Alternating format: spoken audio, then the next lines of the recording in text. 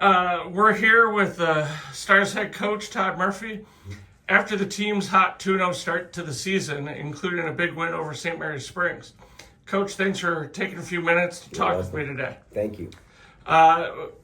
This team is the first 2-0 start since 2016-17 season, and the first win over St. Mary's Springs since then as well. From your perspective, how big is this start for the program?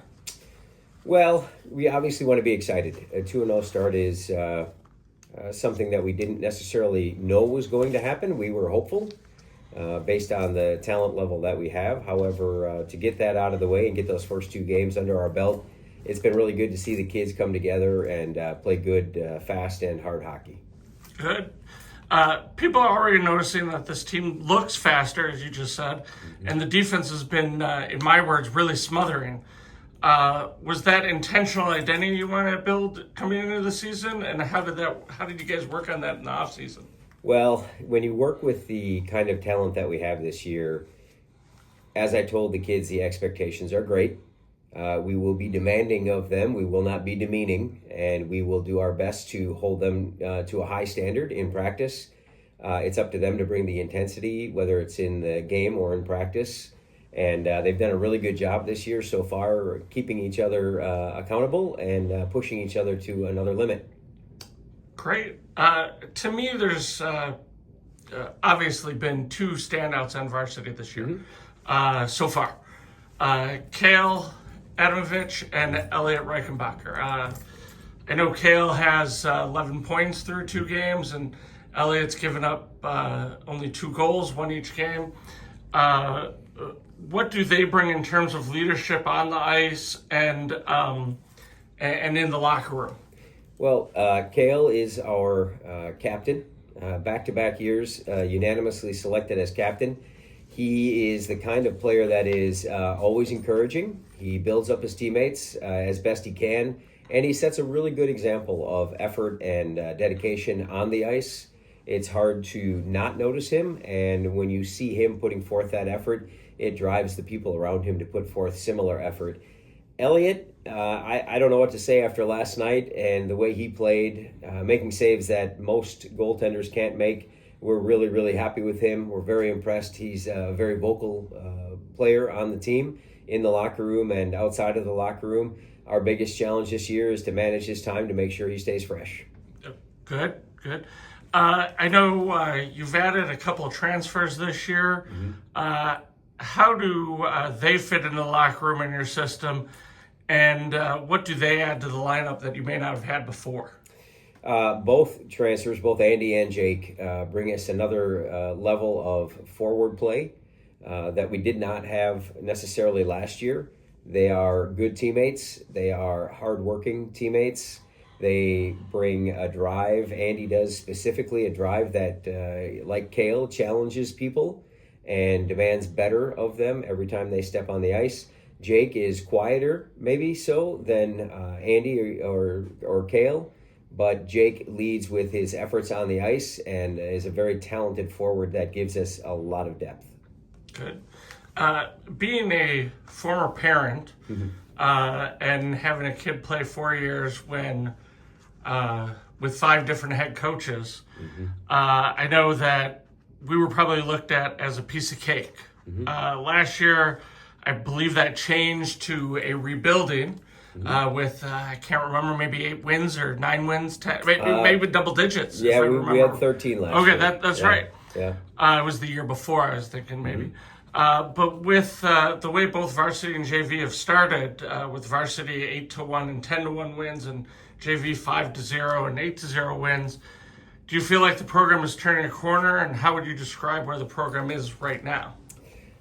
We ended last year by beating the goal that we set, and that was to finish above 500, and we did that. I believe at the end of last year, I might have been quoted as saying we're a little ahead of schedule, and I would say going into this year with the goaltending play that we've had with our 2 freshmen, of course, and Elliot, and then the additional new players that we've added to the team, I would say we are still a little ahead of schedule, a little unexpected, the amount of goals we've scored, but nonetheless, we're in a good spot.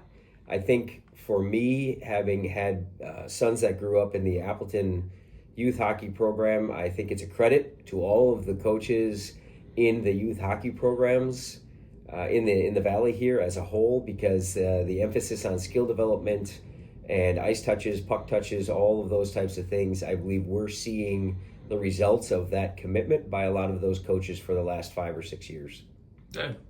That's great to mention those coaches, because they put in the effort to get the kids to where they are now. You mentioned the surprising goals scored. Once again, as that former parent, I look at it and we just couldn't get it in the net for quite a few years, and now that's changed. But what leads to that? What have you noticed that really improved that even from last year? Sure. First thing I would say would be the chemistry of the players and how they play together.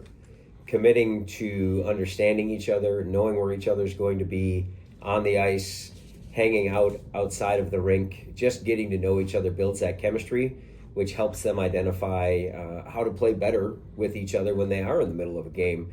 Number one. Number two, we've noticed in our first couple of games, our first periods actually start a little slow.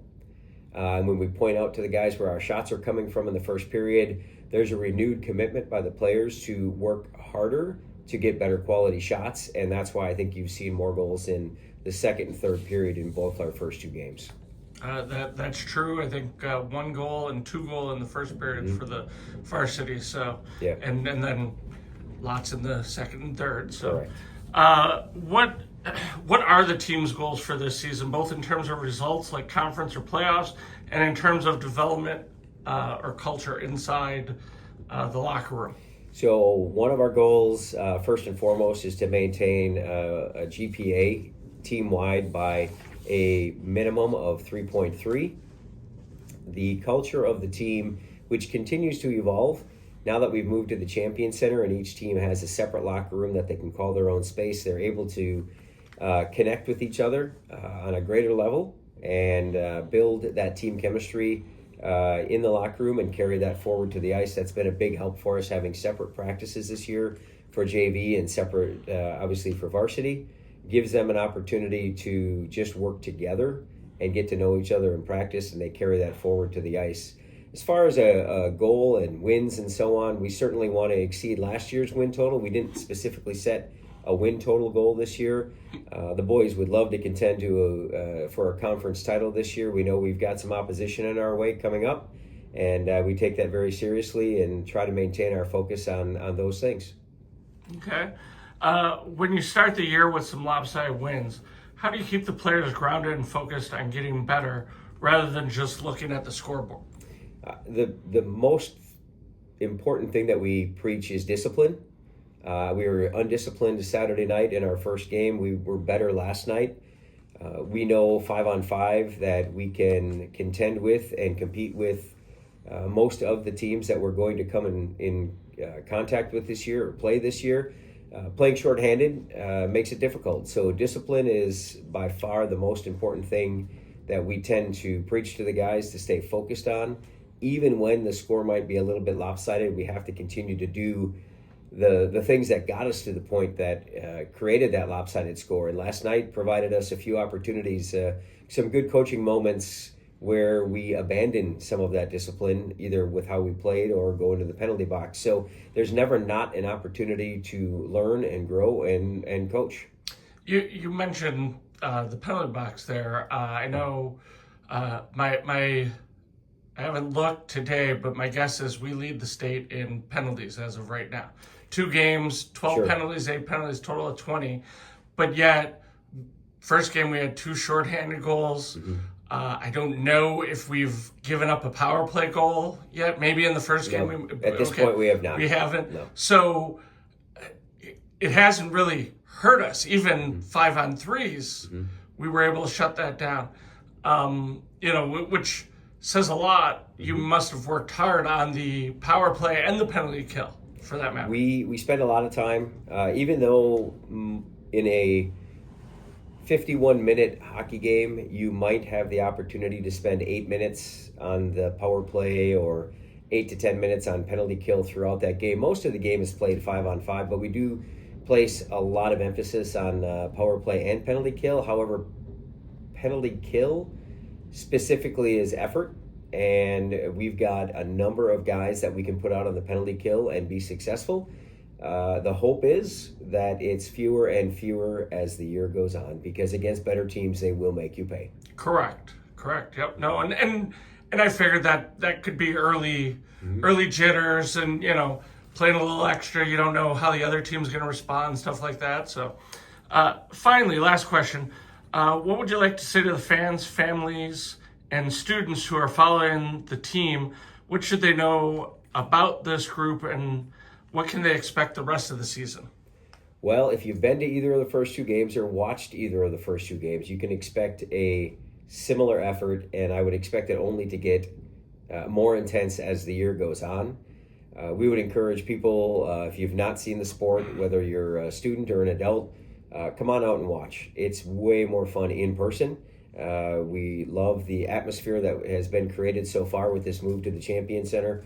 We're excited for what we can provide the fans, and we also appreciate the energy and the attendance that we've seen so far. We've seen an increase over last year, and that's large in part because the location and because the players' commitment to tell their friends to come out and watch.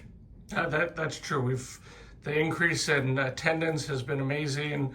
The location is way better, and not as dingy. And I've seen the locker rooms, their own spaces, like you talked about. That's great too. So, from a fan and former parent standpoint, thanks for moving us to the Champion Center. You're welcome.